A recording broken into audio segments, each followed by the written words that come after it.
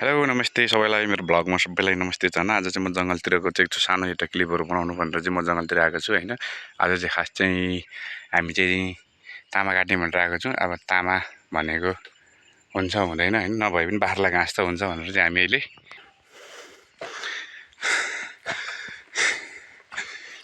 थाक्नु चाहिँ एकदमै अब हिँड्ने बानी पनि छैन खासै हैन। अब जङ्गल झारतिर उकालो ओह्रालो हिँड्ने बानी छैन, नभएर पनि त्यसो भएको कारणले गर्दाखेरि पनि चाहिँ जस अलिकता चाहिँ गाह्रो हुन्छ हामीलाई। यस्तो ठाउँमा पनि डेकहरू बजिरहेको त कतातिर हो पनि, हाम्रै गाउँतिर हो कि यता पल्लो गाउँतिर हो कि हैन। डेकहरू पनि मजाले सुन्दर छ, यति डाँडा यति परबाट पनि पाखाबाट पनि है। हामी चाहिँ त्यहाँ माथि अब बरगाछी भन्ने यसमा गरेर हामी एकछिन आराम गरिन्छ, त्यसपछि अनि गइन्छ। लास्टै चप्पल चिप्ल्यो कि यो झन् यो म्याजिक चप्पल के चप्पल भन्ने चिप्लिँदो रहेछ उकालोमा।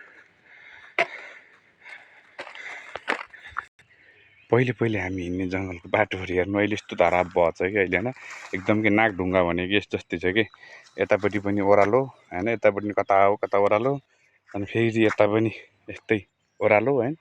बाटो चाहिँ बिचमा हेर्दा अनि तर हिँड्दाखेरि चाहिँ अलिकति विचार गर्नु, बर्खाको बेलामा चाहिँ अलिकति यो बाटो चाहिँ धरापी रहेछ कि है। धरापीसकेपछि चाहिँ अलि हिँड्दाखेरि चाहिँ अब भारी बोकेर आएको हुन्छ होइन, घाँस दाउराहरू, तर हिँड्दाखेरि विचार गर्नुपर्छ। मेरो साथी चाहिँ उहाँ पुगे, दोस्त चाहिँ के छ दोस्त, ठिक छ?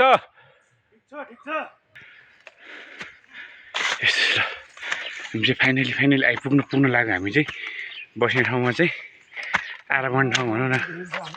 के छ केटा हालखबर? एकदम गाह्रो भइरहेको कता बस्ने? यतै बस्ने? कति वर्षपछि आएको हामी यो ठाउँमा, आफ्नै गाउँमा? थुप्रै वर्ष भयो नि होइन। ए हामीले जो डिउसिउ ल्याएको छु ठन्डा होइन, त्यसपछि हामीले यता खाजा पनि व्यवस्था छ यहाँ।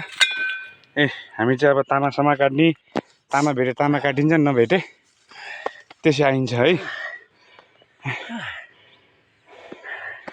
गाह्रो छ नि एकदम लास्टै जो हामीलाई फाइदा छ नि त, फेरि के फाइदा छैन? एकदमै फाइदा, हामी रोगी मान्छेलाई एकदम फाइदा छ एकदमै। एक्सर्साइज गर्नु जरुरी छ। पहिला काठमाडौँ बस्दै खाँदै गऱ्यो, अहिले अनेक रोग आउन थाल्यो, त्यही भएर अब के गर्ने, यस्तो छ। रोग आएछ चाहिँ मेरो साथी हो होइन। अहिले चाहिँ म चाहिँ ठ्याक्कै यसलाई चाहिँ भन्छ हाम्रो के भन्छ यसलाई, बटडाँडा भन्छ यसलाई है। फाइनली मैले नाम बिर्स्यो होइन। हुनु त आफ्नै गाउँ हो, तर पनि अब कहिलेकाहीँ आइन्छ।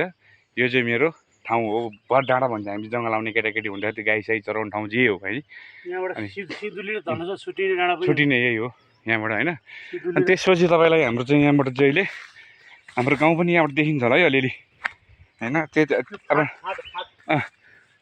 त्यो फाँट देखिन्छ तपाईँले वहाँ सिधा, यो फाँट देखिन्छ, सिधा फाँट देखिने ठाउँ छ नि वहाँ, त्यो चाहिँ हाम्रो गाउँ हो होइन। त्यो चाहिँ होइन यतापट्टि अब यहाँनिर चाहिँ एउटा ठुलो पोल्ट्री फार्म छ, यहाँबाट देखिन्छ, सेतो देखिन्छ यहाँबाट होइन। वहाँ देखिन्छ एउटा पोल्ट्री फार्म छ, वहाँ देखिन्छ है।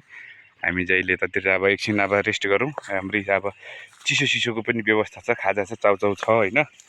हामी चाहिँ अब त्यस्तो मर्निङ वाक गर्नको लागि भनौँ अथवा काम भनौँ, दुइटै काम हामीलाई काम पनि भइन्छ होइन। ओ वहाँ यहाँबाट देखिँदैन होला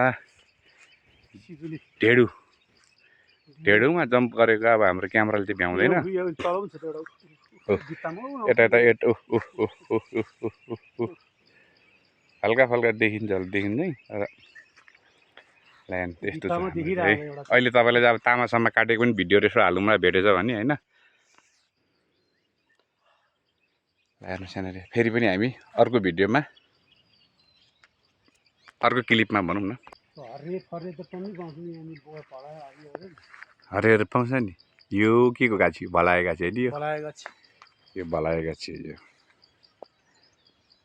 फुल लागेको छ त। हाम्रो चाहिँ खाजा के छ यहीँ देखेँ कि चाउचाउ होइन, के अरे यो चिउरा। अनि यहाँनिर रेड बुल छ, रेड बुल पनि छ एउटा, दुईवटा रेड बुल छ, दुईवटा चाउचाउ छ। पानीको बोतल छैन, ल्याएको छैन खोलामा खाने भनेर, यो चाहिँ डिउ भइहाल्यो। डिउ, यो चिउरा, यस्तै छ हामीले खानेकुराहरू चाहिँ। अब के खाने छ र खोइ।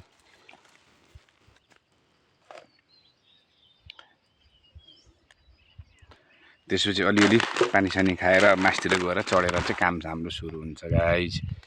बाई बाई, फेरि अर्को भिडियोमा भेटौँला है।